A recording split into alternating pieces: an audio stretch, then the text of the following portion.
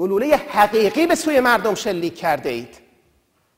و اگر مأموران شما اغتشاش نمی کردند، این مردم با کمال آرامش، حتی با سکوت اعتراض کردند. فقط گفتند ما هستیم، ما خس و خاشاک نیستیم، ما آدمیم، ما ایرانی هستیم، ما همانها هستیم که رأی دادیم.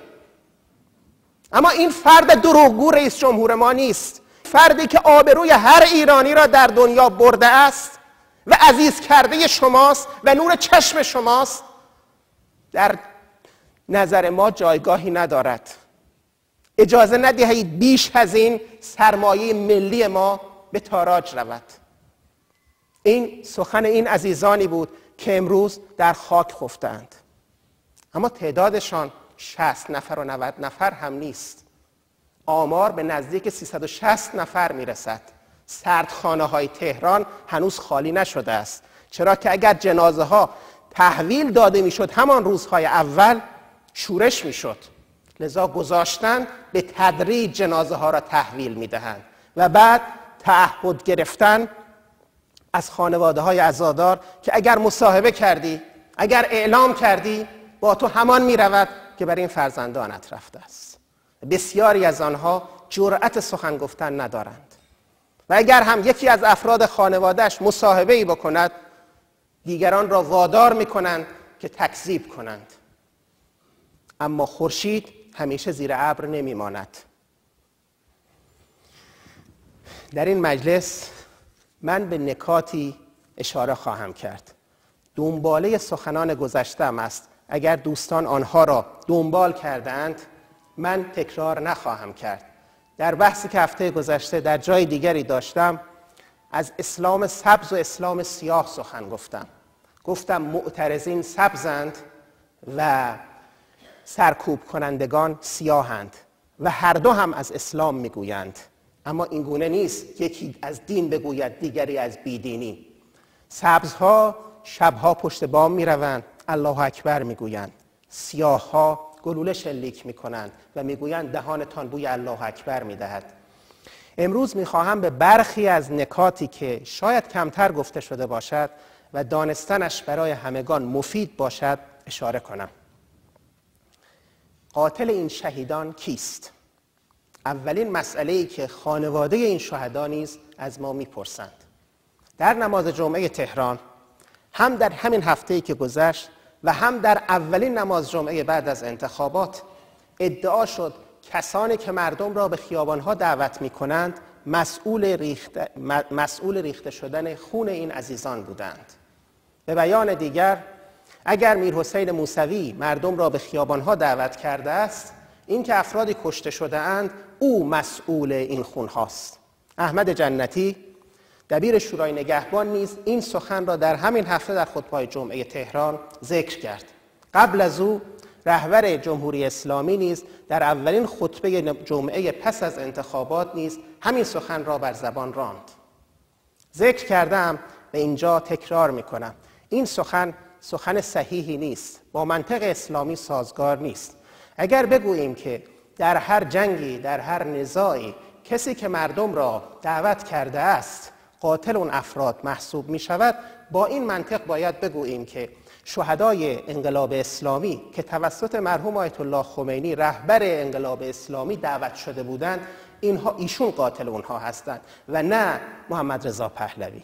حتی بالاتر باید برویم، بگوییم که اگر در صدر اسلام پیامبر اسلام صلوات الله علیه مسلمانان را به جنگ دعوت کرد علیه کفار و مشرکین در بدر و احد و خندق، چون ایشون دعوت کرده بود، پس قاتل این شهدا نعوذ بالله پیامبر است. این مطلب در زمان امام علی هم اتفاق افتاد. بیشک روحانیون سیاه حاکم ایران هم این داستانها را شنیدند، نهج البلاغه هم احتمالاً خواندند، فراموش کردند. صندلی قدرت باعث می شود خیلی چیزها را انسان فراموش کند. پیامبر صلوات الله علیه فرموده بود که به عمار یاسر که هر زمان کسی تو را کشت، بدانید آن فئه، آن لشکر باقیه است، یعنی آن لشکر ستمکار است. یک علامت به مردم داده بود که این صحابه من یعنی عمار یاسر توسط هر که کشته شد بدانید که آن فرد دشمن من است، آن فرد دشمن اسلام است.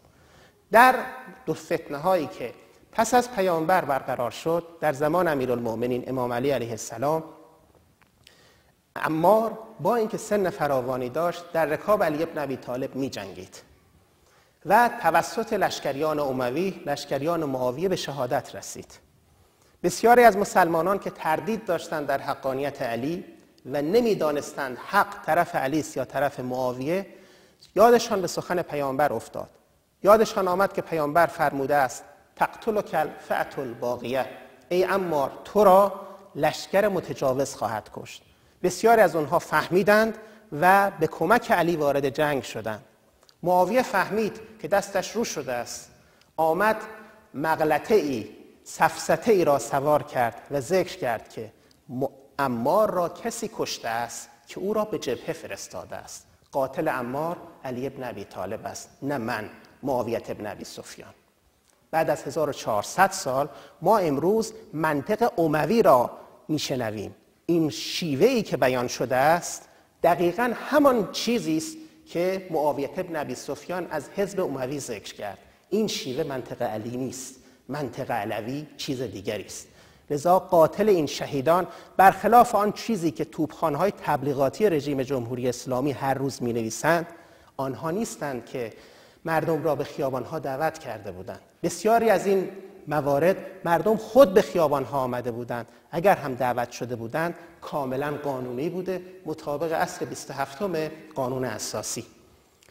مسئول امنیت کشور، مسئول حفظ جان همه مردم، چه معترضین و چه موافقین، بیشک مقامات حکومت ایران هستند و اونها مسئول ریخته شدن این خونها هستند و میباید در مقابل ملت پاسخگو باشند. اگر مجلس شورای اسلامی مجلسی مستقل بود، اگر قوه قضاییه جمهوری اسلامی قضاتی مستقل می داشت و اگر مجالس دیگر مستقل می بودند، مسلماً مشکلات ما به اینجا نمی رسید، ولی متاسفانه به اینجا رسیده است. آن اتفاقی که در ایران افتاد اتفاق ساده ای نیست.